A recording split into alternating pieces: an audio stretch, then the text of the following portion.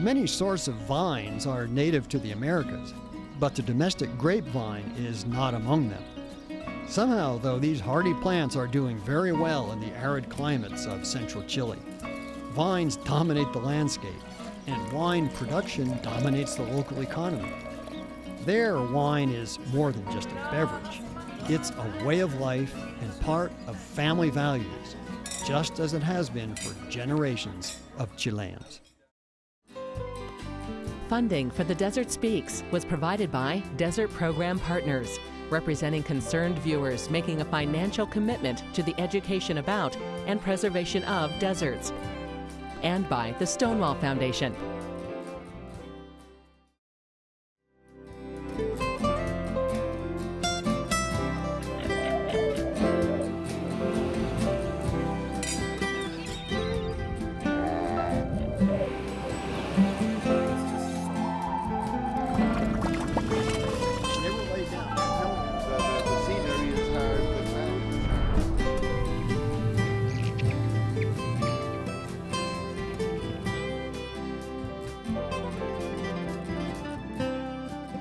Wine came to us from the Mediterranean and the damp climates of Europe. For a variety of geographical reasons, the central third of Chile, mostly desert and semi-desert, has become a major wine-producing region. In recent decades, perfection of the vintner's art has made Chile a mecca for enologists, those who study wine. Our quest for Chilean wine culture begins in the great central market of the capital city, Santiago. Here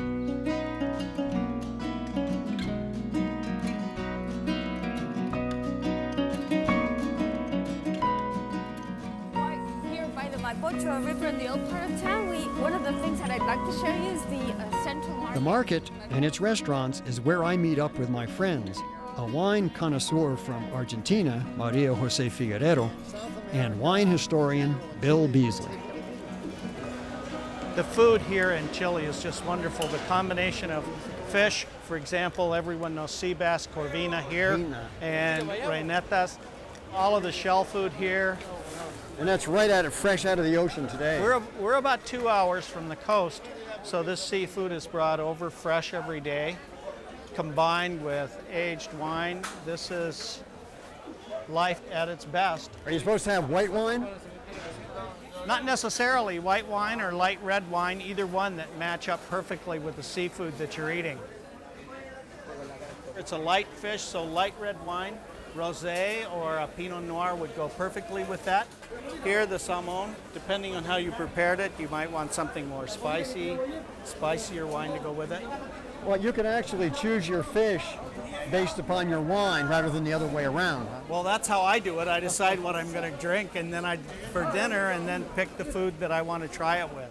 Well, that's a good idea. The shellfish. Look at this combination of fish here. What in the world? That's Lisa, and I have no idea. This looks like moray. Yeah. Mussels. Oysters.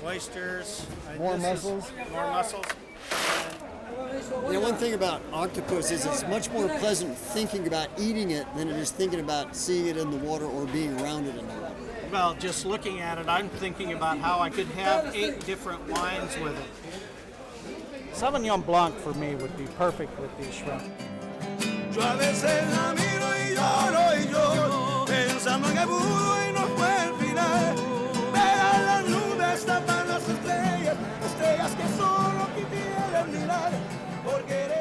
In Chile in particular, and South America in general, the attitude toward food and drinking, particularly wine, is very different from what we have in the United States. Definitely. I mean, nobody would ever walk into a bar and order a glass of wine. You do something else. No, wine is to be enjoyed fully. Wine is part of an event, and that event means sitting down with friends, with company, even maybe to do business, and to take part in the flavor of the wine with the food. And here in Chile, especially in this region, you have the best of both. You have the mountains with the vineyards and the sea right by. You've got fresh fish. What else can you ask for? Chocolate ice cream.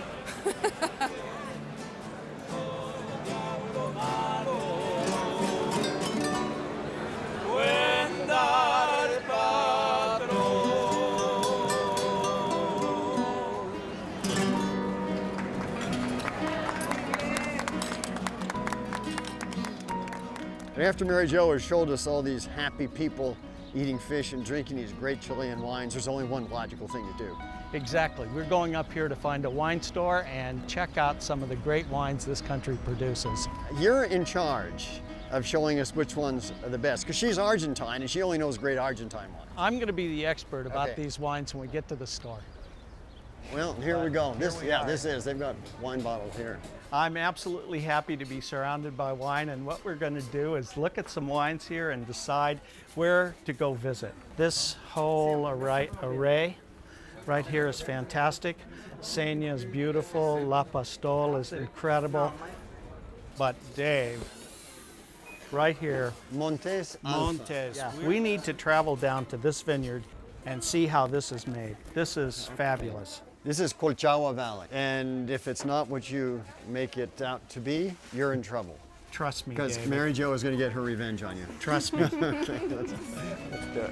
I think it's time to buy one of those bottles. Montes may be Bill's choice of a wine from a top quality vineyard, but there are many more to sample before we get there. Winemaking is part of the countryside in almost any direction you travel. Wine in Chile began with the Spanish when they first arrived. It was the arrival of the mission grape used for the production of communion wine and also for drinking. That remained the basic, rather poor wine for about 3 centuries. And then in the 1840s, the Chilean government got very interested in developing wine as an export product, so they invited French experts to come here. The French experts who came brought various shoots or cuttings of French varietals and introduced them here in the Central Valley. They flourished, and so we have these heritage varieties here. The French varieties do very well, and Chile has an added advantage. Its growing season is opposite of those grown in the northern hemisphere. White grapes seem to flourish in the arid, cool climate in valleys like Casablanca. We're in the southern hemisphere, so when Americans or the northern hemisphere are not producing, we're producing, so you can have wine all year round. Here we're harvesting Sauvignon Blanc, and then next week we'll start harvesting the Chardonnays.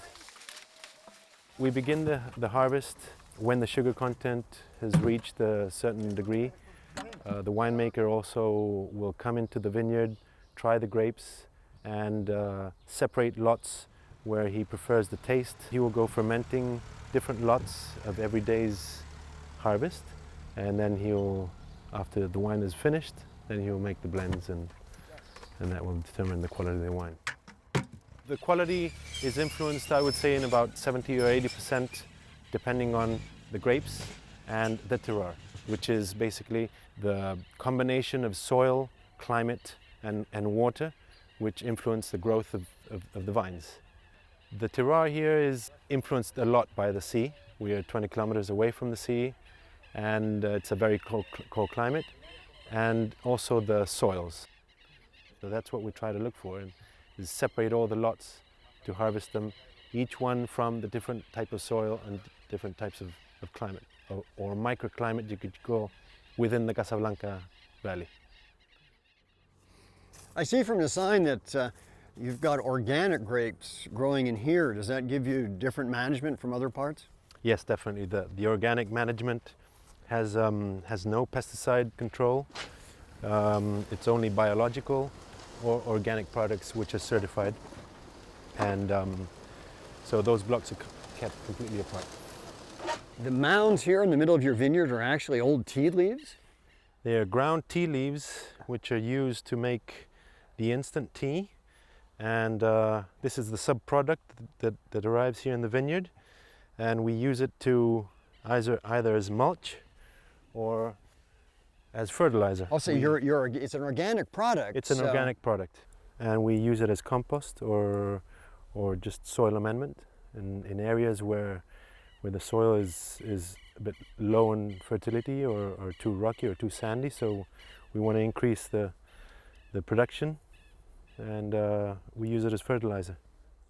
So the type of soil you got here makes a big difference in the type of wine or the type of grapes? Definitely. The soil gives the different characters to the wine. Oh, I love this. And this is a cross section. Well, on the road we've got, in the vineyard, we've got the same soil. This looks like a granite in the process of being decomposed. Exactly. That's exactly what it is. And the grapes like this? Yeah. Well, that granite was kind of reddish, pinkish, but this soil is black. That's the neat. big difference between the top of the hills and this lower area is where you get this black soil, and it's very, very hard. Oh, that's tough stuff. And once you irrigate it, it's very slippery, so it's very fertile. And you get the vines, if you over irrigate, you will get a lot of vigor, a lot of growth. But it looks as if it's producing grapes just fine. What kind are these? This is Chardonnay. Yeah, these look good enough to eat. Oh, They're small. Yeah. Only a small coastal range of mountains separates one winemaking area from another. But the difference in the grapes and the wine is substantial. This is a very lush-looking valley that we're walking through with this rich vineyard. Well, it looks that way, but it's really been cleared off and planted with eucalyptus, which is a foreign tree. If it had not been that way, it would look very much like our desert mesquite savanna in southern Arizona. It's an arid climate. They self-consciously try and provide fertilizer by using natural sources. They let in between the rows grow, and then they have both chickens, sheep, llamas, alpacas, llamas and alpacas roaming through the vineyard, providing natural fertilization. Well, here in Chile, they plant only on the hillsides for the best grapes. Yes, down in the valleys, the soil is not very good, and in addition, it collects the sun, so it's too hot in that area. Isn't that odd? Because I thought it would be too cold down there. They say, no, it's too hot. And up on the hills, they get more wind, and it makes for the ideal growing season, harvest, everything for the grapes. Look at these things. If we pick these grapes that are Pinot Noir grapes and taste these have a wonderful balanced taste of both sweetness and acidity, the pH. So, oh boy, they are so sweet. And you crunch down on the seeds and you don't taste anything bitter. Yeah. The San Antonio Valley, just outside of Santiago, about an hour, is a valley that is particularly noted for lighter wines, and it's an area that's trying to develop the touristic elements of the wine industry so that their emphasis is different. It's boutique wineries that are highly successful with food and tourists. Area. So that's where now we are in this place. This is our restaurant that is called Equilibrio, where people can come here to have lunch, to be with their family, to be with the children. Also, we have a guest house with only 3 bedrooms. It's more than a bed and breakfast because it's a very exclusive place, very private place.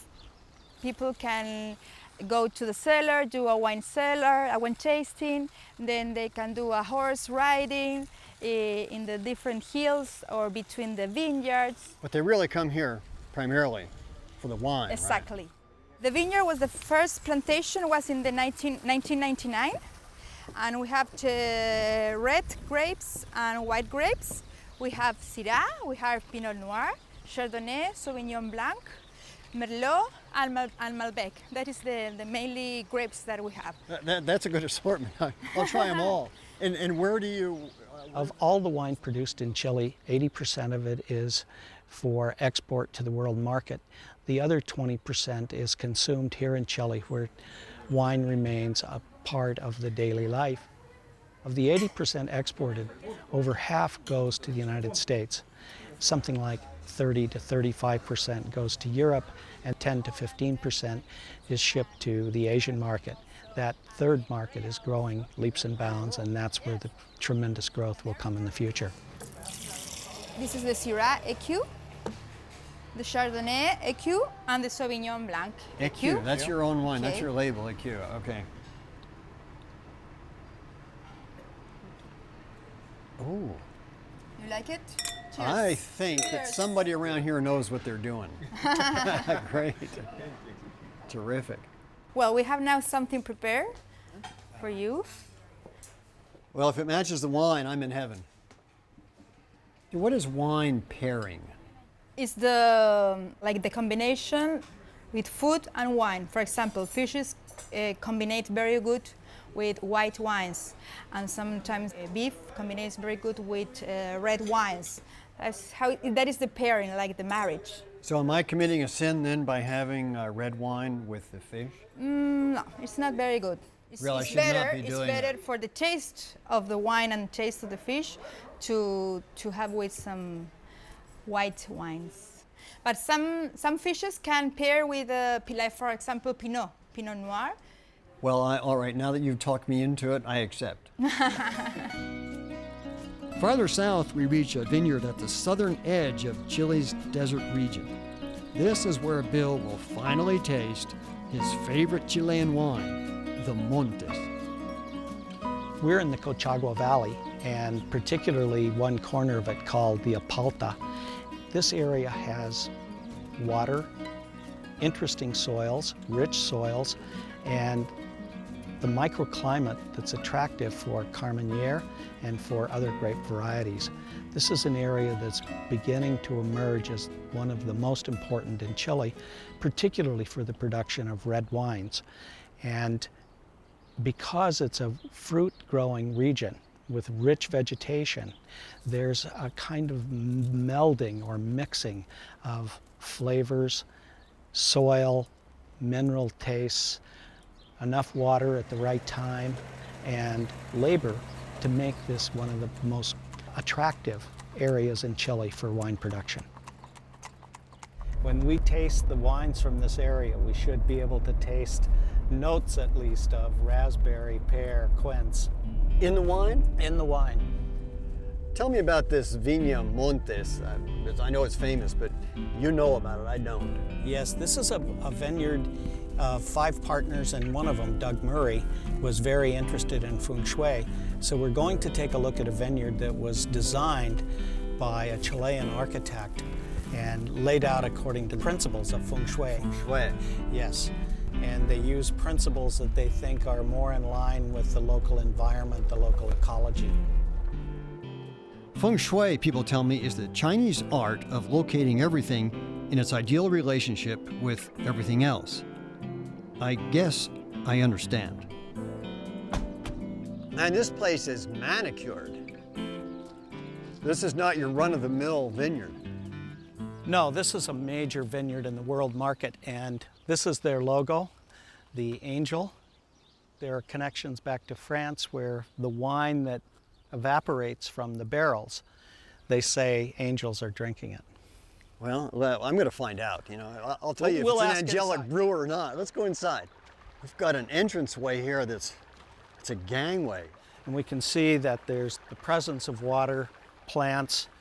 And old railroad ties. The old-time railroads in Argentina and Chile are made out of fabulous old woods, hard, resistant. This will last forever. Even the benches are made out of these grand old railroad ties. Look at the wonderful stonework here. This is part of this feng shui design architecture. It's absolutely beautifully done. This is part of the feng shui design as well, and we're now going into the bodega, the wine production center of Montes Vineyard. Montes, it's not a very old winery, but I think we are a good example of what the high quality wines from Chile have to be. We try to get the most of each region to get the best wines. Right now, Chilean wine is undergoing a very dynamic, progressive period when the growers are focusing on both new varieties, Carmenere. This is a distinctive wine originally from France, and now it's becoming the Chilean signature wine. It's a deep, rich, hearty wine that has a spectacular flavor. Here we have 3 different varieties of grape to make 3 different varieties of wine. And I thought I knew plants, but I couldn't tell these apart. But the experts tell me that what you do is you have to combine the length of the cluster of the raceme with the leaf. So I've got Cabernet Sauvignon right here. This is Cabernet. And what do you have? This is Carmenere. And it has a short cluster of raceme, and its leaves are lighter in color in this case, slightly mottled if you compare them with a Cabernet. This is Syrah, and that's Cabernet. And it's, I'll bet you. The point is, it's very difficult to distinguish among the various varieties unless you're an enologist or somebody who has worked with these things all their lives. Dave, that's a Syrah. He gave me the Cabernet. No, he didn't. Instead of using a pump to move the wine from one tank to another one, we use gravity. So we put the wine inside this tank, for different altitude, and then we lift it up and we move to another place. So we don't need to use any pump. So it saves energy and it's gentle on the wine. You don't damage the wine in that pumping. Exactly. So at the end, we have the best conditions to keep the best quality of the wine till the bottle. We play with nature, so we try to control almost everything. This is the lab, where we measure all our wines. Here's the most important part of the winemaking. This is a lab. We measure the pH, acid of the wine, how much alcohol we have in the wine. So at the end, we try to control everything, so we don't want to have any problem in the wine. We have 2 swimming pools outside the winery, in each side of the winery, that moves all the water from outside to inside the wine of the winery and appears here just in the center of the winery. So all the energy that we have from outside, we take it and we spread inside of here to all the workers. We're looking for a wine that people love it. That means that a very soft wine, plenty of fruit in the wine, and at the end, something that you can drink it and enjoy a good time. There are 4 quick steps to sampling wine. The first is to look at the color, and the color is defined by the kind of halo effect at the top and then the richer brick red that we see right here. Next, we raise it to look through the wine, tilting it forward for clarity. No problem here. Yep, this looks good. And then the third step is to swirl it, and that adds air and oxygen to the wine. And now the best part. Almost the best part. Wow. Wow, yes. All the fruit in there is fantastic, isn't it? And now we taste.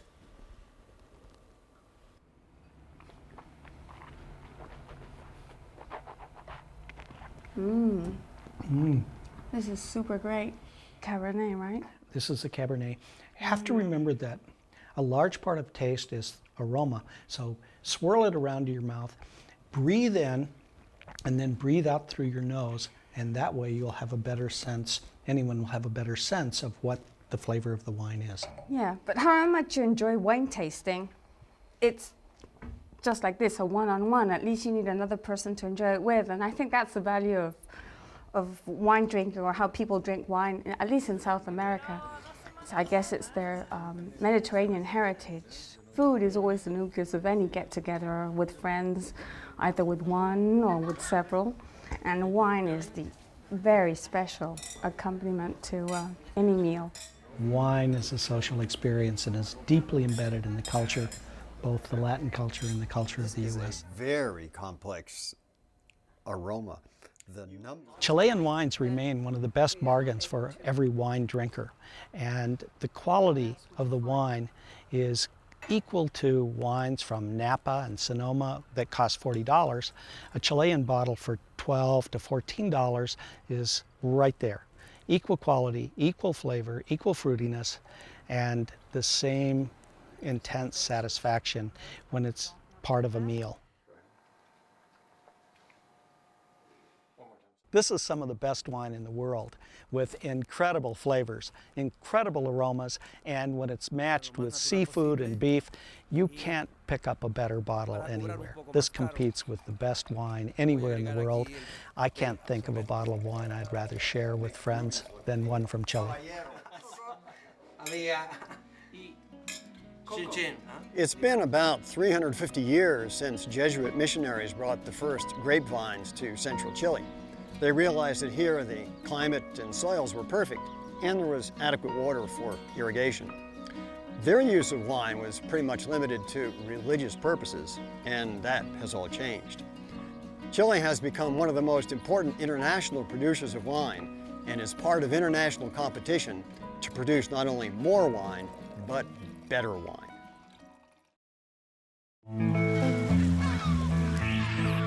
Patagonia, Argentina has the reputation of being cold, isolated, and windy. The scenery is hard, the climate is hard, everything is... But it's also colorful, intriguing, a desert, and full of surprises, like desert penguins.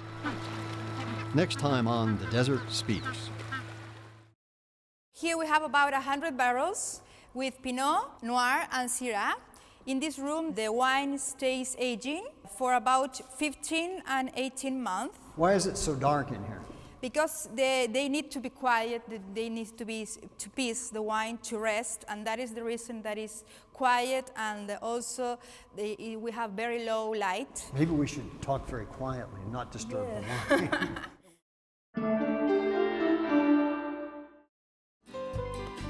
Funding for The Desert Speaks was provided by Desert Program Partners, representing concerned viewers making a financial commitment to the education about and preservation of deserts, and by the Stonewall Foundation,